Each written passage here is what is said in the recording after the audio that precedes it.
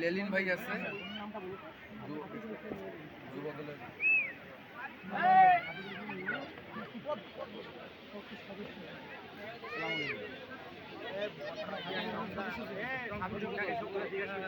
রমজান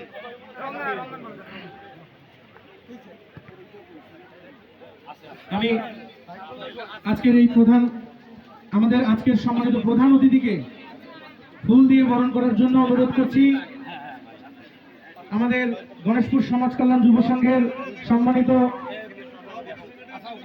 সভাপতি, সিনিয়র সহসভাপতি এবং সাধারণ সম্পাদককে অনুরোধ করছি আমাদের আজকের অনুষ্ঠানের সম্মানিত প্রধান অতিথিকে ফুল দিয়ে বরণ করে নেওয়ার জন্য।